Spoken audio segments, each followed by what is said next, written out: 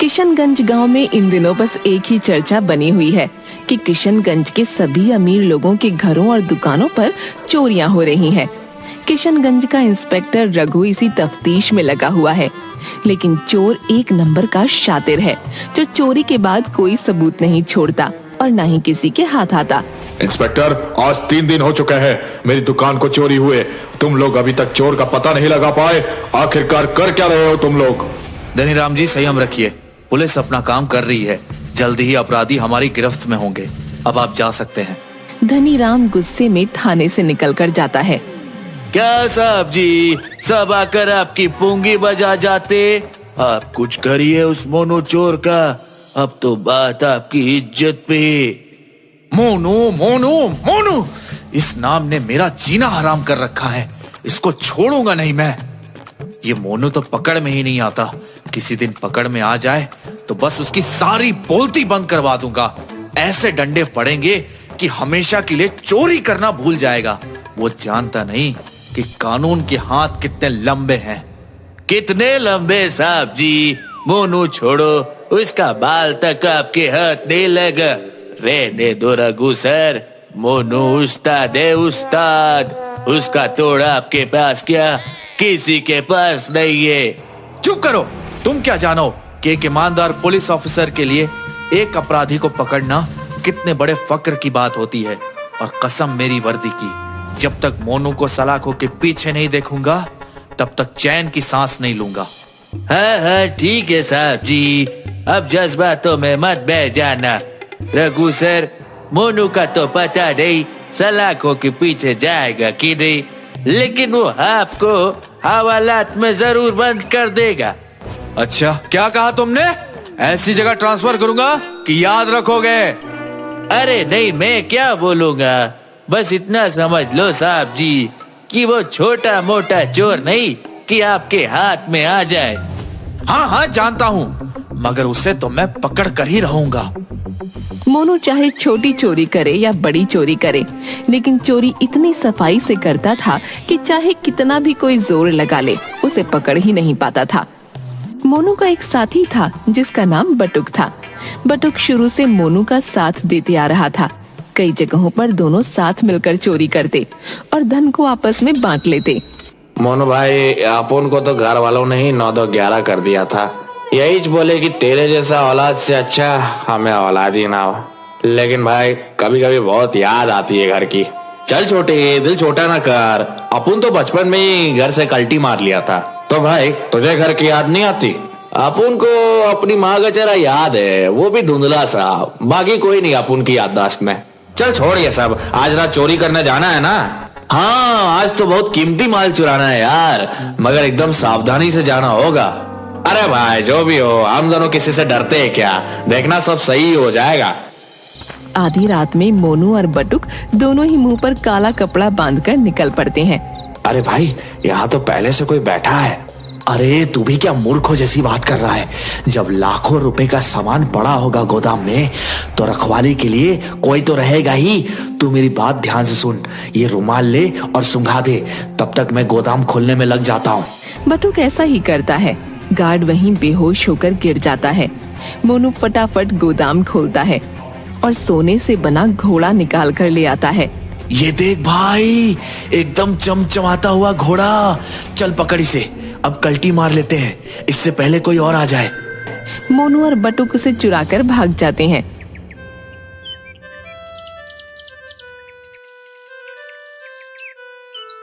साहब, मैं तो लूट गया, मैं तो बर्बाद हो गया साहब।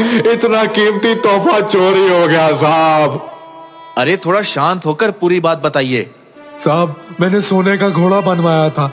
वो घोड़ा मुझे एक कॉन्टेस्ट को तोहफे में देना था, क्योंकि एक बहुत बड़ी डील साइन हुई थी। अब मैं क्या बोलूंगा, मैंने पहले ही बता दिया था उन्हें। ये पता नहीं चोर को कैसे पता लग गया इसके बारे में। इसके बारे में तो मेरे घर वालों तक को भी नहीं पता था साहब। हो ना हो, ये काम उस मोनू चोर का ही है। उसे तो मैं छोड़ूंगा नहीं। अब वो मेरे हाथ से नहीं बच पाएगा। भाई, ये तो कमाल ही हो गया। हम तो माला माल हो गए। और क्या चाहिए? लेकिन भाई तुझे कैसे पता था कि उस आदमी के गोदाम में सोने का घोड़ा रखा हुआ था? अपुन के कुछ गुर्गे अपुन के लिए खबरे का काम भी करते हैं, बस टाइम से उनको उनका हिस्सा मिल जाता है। ये तो बहुत छोटी सी चीज है, हम तो इससे भी बड़ी बड़ी चोरियां भी करेंगे, लेकिन अभी के लिए हमें इस घोड़े को छिपा कर रखना होगा। मौका मिलते ही हम इसे ठिकाने लगा देंगे। रघु मोनू को ढूंढने की बहुत कोशिश करता है, पर बहुत कोशिशों के बाद भी रघु को मोनू का ठिकाना नहीं मिलता। एक दिन मोनू मुंह पर कपड़ा बांधकर बाजार में निकलता है। बहुत दिन बीत गए यार, कुछ चोरी नहीं किया, चलो आज कुछ चोरी करते हैं। मोनू देखता है कि एक सेठ गले में सोने की मोटी चेन पहनकर जा रहा है। अच्छा, 900 चूहे खाकर बिल्ली हज को चली। मोटे सेठ ने पब्लिक को बहुत लूटा है, क्यों ना आज इस पर हाथ साफ किया जाए। उसे देखते ही मोनू तुरंत उसकी चेन खींचता है और भागने लगता है। अरे पकड़ो कोई उस चोर को, मेरा सोने का चेन लेकर भाग गया। अरे मैं तो बर्बाद हो गया, हाय पकड़ो उसे। रघु भी वहीं से गुजर रहा था, वो मोनू के पीछे भागने लगता है। ये तो मोनू चोरी लगता है, आज नहीं बच पाएगा। रुक जा मोनू, भागने की कोशिश मत करना। आ जा इंस्पेक्टर, आज लुका छुपी का खेल हो जाए। अपुन को पकड़ना मुश्किल है नहीं, नामुमकिन है रे। रुक जा मोनू, तू मेरे निशाने पर है, गोली मार दूंगा। अबे चल हट, हवा आने दे। तभी अचानक मोनू देखता है कि एक बूढ़ा इंसान सड़क पर बेहोश पड़ा है। ये देखते ही मोनू रुक जाता है। वो उस बूढ़े आदमी के पास आता है। अरे बाबा, क्या हुआ आपको? बाबा। तभी रघु वहाँ पहुँच जाता है और उसे पकड़ लेता है। आज तो तू आ ही गया मेरे पकड़ में, अब तो तू सीधा थाने जाएगा। मुझसे पहले इन बूढ़े बाबा को हॉस्पिटल पहुंचाओ। इंस्पेक्टर, हवलदार, एम्बुलेंस को कॉल करो, इन बाबा को पास के हॉस्पिटल में पहुंचाओ और आप तो थाने में तशरीफ ले चलो अपनी। रघु मोनू को पकड़ लेता है और उसे थाने लेकर आता है। तुझे लगता है इंस्पेक्टर तू ज्यादा देर तक मुझे यहाँ रख पाएगा? बस देखते जा अपुन क्या करता है। थाने में रघु के सिवा कोई और नहीं था। रघु मोनू को जेल में बंद करने लगा। तभी मोनू रघु की गर्दन पकड़ लेता है और रघु को जेल में बंद करके भाग जाता है। हाँ भाई इंस्पेक्टर साहब, क्या था दिमाग में कि अपुन को पकड़कर प्रमोशन मिलेगा? चलो थोड़ा सा मजा हवालात का तुम भी चख लो। मोनू भागते हुए अपने ठिकाने पर आता है। अरे मोनू, क्या हुआ भाई? इतना हाफते हाफते क्यों आ रहा है? कहीं पुलिस को ठिकाने का तो नहीं पता लग गया? अरे नहीं रे, वो चंपू इंस्पेक्टर ने पकड़ लिया था, बस उसी को पपलू बनाकर आया हूँ। उसने तुझे पकड़ लिया? मगर वो कैसे? क्या किया रे तू उसके साथ? अरे एक बूढ़ा आदमी बेहोश पड़ा मिला था, बस उन्हें देखने के लिए ही रुक गया और उसने पकड़ लिया। अरे बॉस, यही तो तेरी कमजोरी है। अच्छा छोड़ ये सब बात, बता आप कहाँ हाथ मारना है? यही इस गांव से थोड़ी दूर। बस ये समझ ले, वो चोरी कर पाना थोड़ा मुश्किल होगा, मगर हम कर लेंगे तो समझ आगे का लाइफ एकदम हीरे माफिक गुजरेगा अपना। समझा ना छोटे? साला मैं तो साहब बन गया। वाह भाई, तुम तो एकदम आमिर खान के माफिक गाता है। वैसे मुश्किल क्या है चोरी में? अरे छोटे, देश के बड़े से बड़े हीरो बनाने की कंपनी है वो।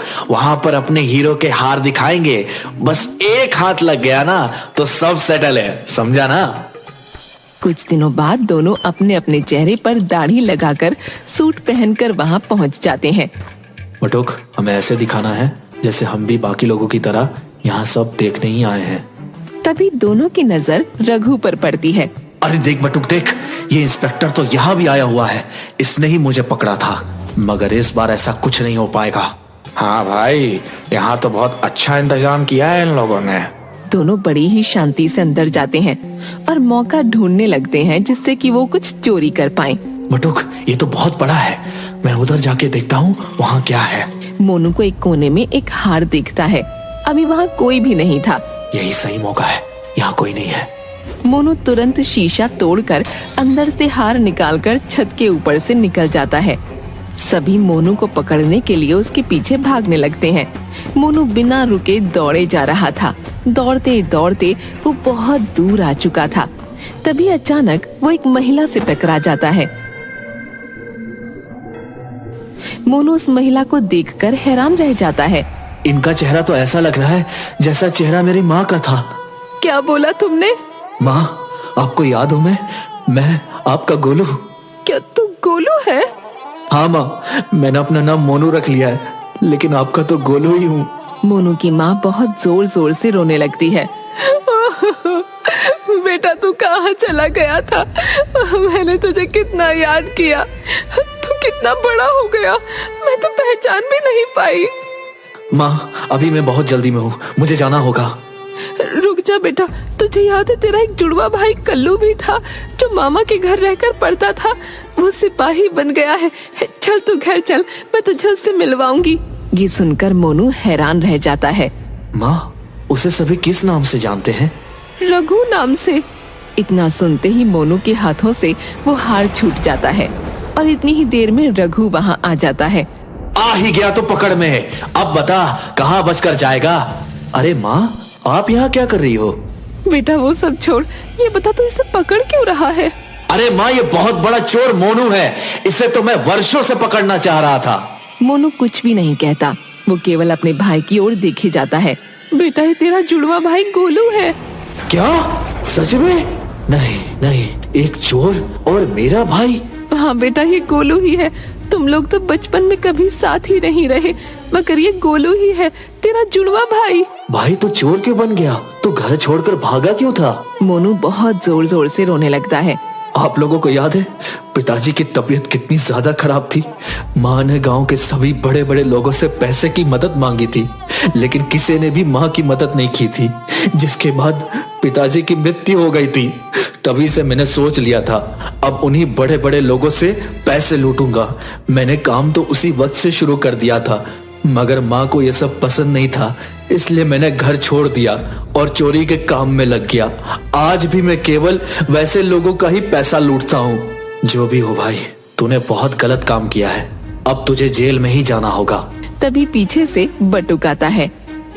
यही नहीं मोनू भाई, पूरी बात तो बताओ अपनी माँ और भाई को। नहीं छोटे, रहने दे, कुछ मत बोल। बोलने दे भाई। पता है आज तक इसने जितनी भी चोरियां की उन सभी पैसों को ये सभी जरूरतमंद लोगों में बांट देता है। कितने गरीब बच्चे आज इसकी वजह से पढ़ाई कर पा रहे हैं। इसकी एक ही कमजोरी है, ये किसी को ये दुख में नहीं देख सकता। तभी तो उस दिन जब इसने एक बूढ़े आदमी को बेहोश देखा तो रुक गया, इस वजह से आप इसे पकड़ पाए। माँ और भाई की आंखों में आंसू थे, मगर वो चाहकर भी कुछ नहीं कर सकते थे।